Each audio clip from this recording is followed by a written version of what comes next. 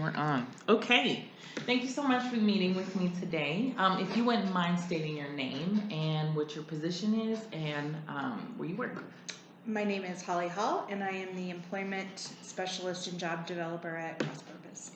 Awesome. Can you explain a little bit of what your responsibilities are in your position? My responsibility is to identify employers who have potential job pipelines for the leaders that participate in our program. So, for example, if we are providing job training to people in the area of to be an electronics technician, I will go out and identify companies that are hiring in that field and try to make connections and basically advocate for our leaders that they would make good employees. Awesome. So the reason I wanted to interview is because I'm working on a particular action project. And our project is about increasing awareness of alternative pathways to success. And I'll just read the why. And that's approximately 2/3 of Americans do not and will not have a bachelor's degree. And yet, the narrative that four-year college is the only way to succeed persists. As a result, students continue to pursue a traditional bachelor's degree program, despite the cost, financial and otherwise, and the growing number of middle skill careers in need of workers. In order to truly change the narrative around success, we need to start at the beginning of the workforce continuum, with high school students and their parents, to ensure awareness of the variety of career paths that don't require bachelor's degrees but still offer promising wages, growth, and security. So within that, I know that you don't work with high school students, but we definitely get the wave of maybe like young graduating seniors and also individuals who may have not gone on that particular path, say a GED. Can you just explain how those paths are being created with employers when it's a good amount of time it's been about that bachelor's degree? Okay, so I might not be answering this question correctly. You can. You will. So I actually do have some background working in this, not at CrossPurpose, but I worked at technical colleges where there was technical-based skills training for technical jobs. And there are some huge breakdowns in the system. I don't know if you want me to talk about that in general. Okay. First thing is that in high schools, the students who are directed toward the technical education, the middle skill training, are typically the lower achieving students who have educational difficulties, and they are basically tracked into you are not appropriate for college. When there are lots of very smart, high achieving students who probably have personalities and skill sets that better fit a middle skill, hands-on technical job, but they are pushed to college, a traditional route, because that's what high achieving students do. So that opportunity is rarely introduced on a widespread basis. It's typically chosen for those who, for whatever reason, have been flagged as blue collar technical development, and it's not a huge percentage. So I think that's why a lot of people get pushed to the traditional college route. So then I worked in technical education for-profit technical schools, ITT Tech in Westwood. The problem with there is that a lot of the students that we got were ones who tried the traditional college route and did not make it because there were requirements for English and social sciences and humanities, which that was just not their thing. And so they spent a lot of time and money pursuing a degree, but mostly just got through core classes. So they got no actual job training or relevant skills that they could take to the workplace, but yet were saddled with debt and this feeling of failure that I couldn't even make it in college. So there was also a very negative viewpoint from the general education community about technical colleges, mostly because they were for-profit and they were seen as profit centers, which there's a lot of truth to that. However, what those technical colleges did is that they picked up the gap between what community colleges offered and what skills were needed in the workforce. So there was no middle intermediary or no middle option. So in other words, community colleges were not teaching technical degrees and technical skills. They were only teaching associate's programs, which were meant by design for the most part to lead to a bachelor's program.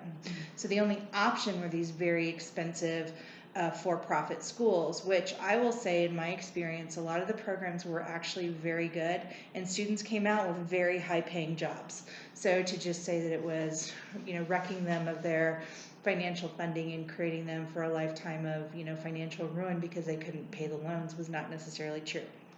So the federal government intervened, took away all funding for-profit technical colleges, and what happened in that is that you took away a whole training sector for things like IT, electronic technicians, automotive technicians, a lot of those really good paying jobs that people can do without bachelor's degrees or any kind of college degree at all. So the space is actually a lot more wide than it was just a few years ago because we have government intervening and trying to determine, what pathways should be taken. Do you think, what are the positives and the negatives of the federal government interceding on this crisis? Well, I do think, that there's some accountability that is, that's good. They created actually a standard for student loan funding for the private sector that was based on job placement. So you had to have a certain amount of job placement in a field that you studied, and it had to be considered meaningful employment. So it couldn't just be like a Starbucks job. So it was a crazy difficult standard, but what it did is it held accountability to the colleges, where if you are training somebody in a career field, you best be getting them a job that pays well in that career field. And their standard for it was called gainful employment, was that there was a factor where they had to be making a certain amount above the poverty threshold after you took out everything that they owed. So it didn't even take into account student loans, because that was the baseline, is that you had to make enough money to pay that and then exceed poverty beyond that. So we were tasked, and I was in career services, with finding students jobs, and to meet that minimum threshold, it was a $45,000 a year job that we had to place them into. So when you looked at students coming out of technical colleges, that were meeting the standard, they were in very, relatively high-paying jobs with a career trajectory. The downside was that the federal government did not apply the same standards to private school or to public schools and privately funded not-for-profit schools. So if you took ITT Tech across its 145 campuses, and I believe this was right, compared it to Harvard, ITT had better employment outcomes than Harvard did. Wow. But Harvard was not held to the same standard because it was not a for-profit. So it was somehow found more credible. That was wrong. Yeah. And that's what we discussed too in the last interview, was like that. I think it also has to do with status. And, just having that piece of paper from Harvard is supposed to give you a certain level of privilege that may or may not pan out.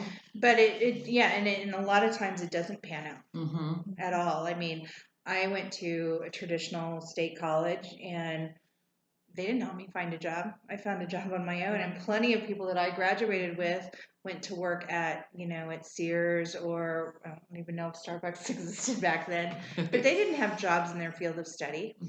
And so I think the other gap that there is that you can still go to college and get degrees in things that you cannot get a job in. I mean, you cannot get a political science degree and go out and look for jobs as a political scientist. It just doesn't exist, and there's so little development of actual careers related to a lot of the social sciences and the humanities, which is what a lot of students get hooked into, because they go to college and they're like, oh, I've always been really interested in history, so I'm going to just spend all of my time studying history. And so you finish this really expensive 4-year degree, and there's nowhere to go work with a history degree. So you're back at ground zero with everybody else that doesn't have any college training at all. Why do you think that is? And are this far along? Because college right now is not looked at as this is job training. It's looked at as education. And so, I mean, I was always encouraged, and I hear, my son's almost to college age, and he's being encouraged by his counselors to go and study something you love. And I've told him, no, you need to study something that you like and that you can have a career in. And if you can't, then that's fine. Take a couple of classes, make it a minor or a hobby, but don't hang all of your, hang everything on that hook. So that I think that's a huge gap, is that the mindset is not that college is job training. It's that college is expanding your horizons and becoming more enlightened and more enriched, and we're Like you enriching said, people growing to up. grow up Or growing yep. up. Wow. So, I think that the government did a huge disservice by limiting, taking away funding for technical colleges. I mean, they weren't perfect. Yes, they were profit centers, and costs were cut and things were squeezed. But I think that there's a happy medium. It doesn't have to be all or nothing. The other thing is that community colleges and regular colleges should be picking up that gap. Finding out where are the jobs and what programs do we need to put in place to do that. Absolutely. So, and I'm sure a lot of it has to do with just money making. It's all a business more so than it is, focusing. and it's so expensive to go to college now. I mean, it's a ridiculous amount of money to go to the University of Colorado as an in-state student. I mean, we are burying people in debt, and I don't have any problem with student loans. I had them. I still have them. I'm sure that I will be taking out loans for my kids. But if there's nothing achievable, there's no achievable outcome. It's money thrown away. And it's encouraged, by the fact that all these, majors still exist. There's not very much emphasis at all on career placement because colleges aren't required to place students into jobs to maintain accreditation or state funding or anything like that. Is there enough state funding for technical training education in the state? It's all about priorities. I mean, and this is going to sound harsh, but frankly, if you took away all the non-career path degrees, there would be a lot of money freed up, for that. And I know that nobody wants to do that, but I don't buy the excuse that there's just not enough money. No, absolutely. You know what I mean? Even if you look back at starting at the high school level, there's technical education programs that are funded and financed that aren't taken advantage of. And probably for the reason that we talked about earlier is that students are tracked. And if you are a white, affluent, smart kid, you're not going to go to Bowman Tech and get any kind of degree there. You're going to be on the college track, even if that's fundamentally not who you are and not what you want to do. As an example, when my son, who's very high achieving, and he has some other issues, but he really wanted to be a plumber. He took a class in Boy Scouts, and they went and they shadowed a plumber, and they learned how to fix things, and he's like, this is amazing. And he went back to school and wrote a paper about how he wanted to be a plumber, and I'm like, that's great. It's, you don't have to go to college. But you can make a 6-figure income. You can make more than your parents doing this. Wrote a paper about how he wanted to be a plumber and was just chastised about what a waste of a good mind it would be. And, he's moved on from that and is looking into, science programs now, but, I've still, the standard is the same. If you can show me that there are job tracks available, I can definitely support you doing that. But if there's not, and it's a dead end, then that's not possible. I don't think that's a good idea for you. And I love that there's been like 2 of my interviews thus far, Miss Cordelia, as well as you, are mothers. How would you empower, give some sort of pathway of encouragement for parents to be more progressive in that way instead of feeling the pressure of my kid has to get a degree. I don't care how they feel. I'm going to go broke right along with my kids in order to do that. What would that look like? I don't know. I mean, I think that it has to be a personal mindset where you can't take what your children are doing and take it personally. So that if it's like, oh, I'm educated with 5 degrees and I'm a surgeon and my kid wants to be a plumber, that doesn't reflect on you. And so that's the mindset that has to change, is that it is okay for people to go into non-college degree routes. And I don't know what the solution is, because we are such a society that is, let's keep up with the Joneses. We have Facebook lives where we have to look really good on Facebook, and it may look great to say, yeah, my kid just graduated, summa cum whatever from Harvard, versus my kid just graduated from plumbing apprentice school, but the outcome is much better. But it's one of those things where, oh gosh, I don't want to do that because I look bad.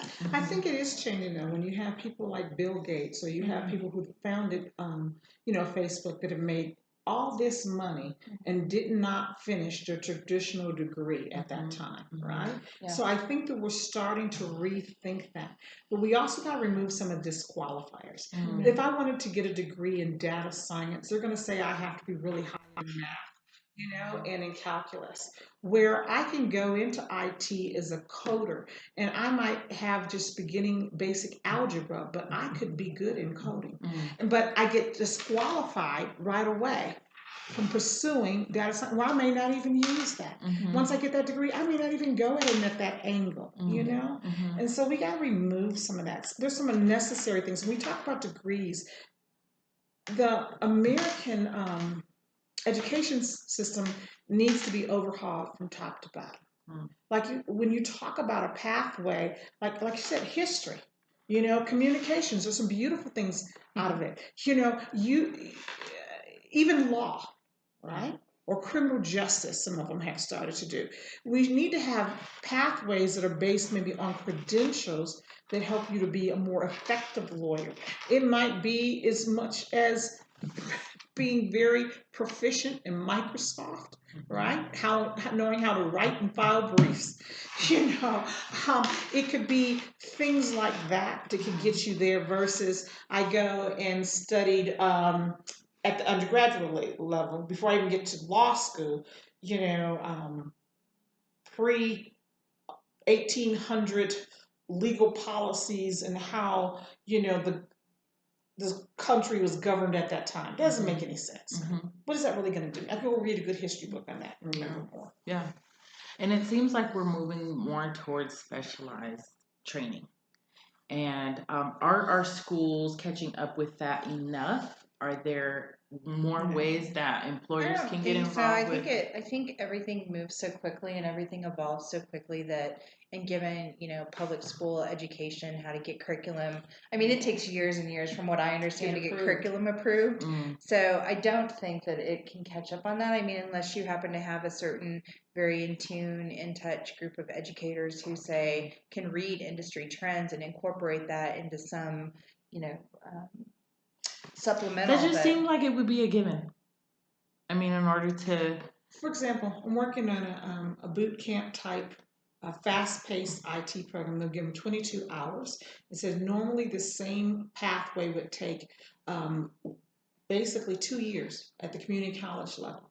They're going to be able to do it in 12 weeks. So come on. That really shows you how much of the pertinent information is tucked in with all this other and I think it's the philosophy of what is, we need to create well-rounded people who have read the classics and can analyze an advertisement. But given our the nature of our very competitive society, is it civilized and nice at parties to be able to discuss American literature? It is, but unless you're going into education or going into some sort of career track related to that, I don't feel like it's necessary, and I think that it does. It adds money, it adds time, it adds frustration. And you take somebody who wants to fix cars, and they're told, you are the best, mechanic that we have, but unfortunately, you couldn't pass your survey of British lit class. You don't get to graduate, and you don't get to do this job. I mean, that's ridiculous. Do you really even need that? It's got to change. Absolutely. Okay, forward thinking. What would it take for us as a state to get to the point where we are effectively training more students to be prepared to provide for themselves? I think that, that's a tough question because it's going to come down to curriculum. It's going to come down to the philosophy. I personally think that in public schools in Colorado right now, if you're talking, elementary and secondary as a basis, I think that Common Core is really holding things back. It's taking out the creativity, and more of the focus is on, you would think it would align because a lot of it is on making things simpler, but it actually makes it a lot more complex. We're teaching to test, so we're not giving those opportunities, and we're not, saying, okay, this is my advanced algebra class. Everybody in this class is now going to go to the auto repair facility, and you're going to learn about fixing cars. I mean, that's the only way to do it, but everything is so tracked these days. Well, just like when you say Common Core, they're testing on processes, not on outcomes. And so you have all these people who get confused. They know how to figure it out on their own. There's something intrinsic about their mind and the way their mind thinks that they can do this mental math and apply it and come out the right answer, but they're going to fail because they don't know the process and how to write it down. Yeah. Yeah, it's not enough anymore to just know something. You have to justify in 15 different ways why you know something. And then while we're spending time that, we're not spending time on other things. Absolutely. So can the both of you, just to wrap up, because it's just been like the tip of the iceberg in having these conversations, and it's not public knowledge, it's not public conversation. What would be your final thoughts in just being more in your face, I guess, in terms of like what it's going to take from your perspective? There's no way this is going to happen, but the politics have to come out of education. Who's seeing this? Oh, it's from my research. Who's going to see the video? No one's going to see the video. I mean, my team is going to see the video and they're going to compile So when I was working at the technical college, I lobbied in Washington, D.C. for technical education. Our current governor, Governor Polis, I sat in his office and he said to me, Holly, I promise you I would never do anything to deconstruct technical education in our state or in our country. And 2 weeks later, he voted for gainful employment, which basically stripped the ability for technical colleges. And why? Because I think it was politically expedient to do so. And I see the same types of things. And so, I mean, I personally don't think that the state should run education. I think that it should be localized so that if you are in this part of Denver where there is high poverty and not traditions of, educational success, that you can design your own education programs to help people be successful versus down by Denver South High School where you can't buy a house for less than $3 million. You can build that down there, but instead we have this blanket system that's supposed to touch every student from the most inner city to the rural kids up in Craig who, don't have any interaction with, any kind of job training or skills. It's just, it's not one size fits all, and it's not just knowledge based. It's not just a cognitive mind. We need to look at the social emotional. One thing this state is looking is at a G2 format, multi-generational, because success can be more rapidly obtained when you have the same sex parent, in that household achieving success, and the children see that is something that they can accomplish too. That isn't dealing with the cognitive mind. That's dealing with the social, emotional, and environment that they see that, hey, they can win, I can win. And so when we begin to change those things and those formats within schools, where somehow we can begin to work on, the parents are working on financial literacy, the children are learning financial literacy. You understand? Giving the tools back to the parents to help their children stabilize them. When we talk about, again, Common Core math, to me, it was the most damage that we could do in generations. And the reason I'm going to say this is because having been a daycare provider,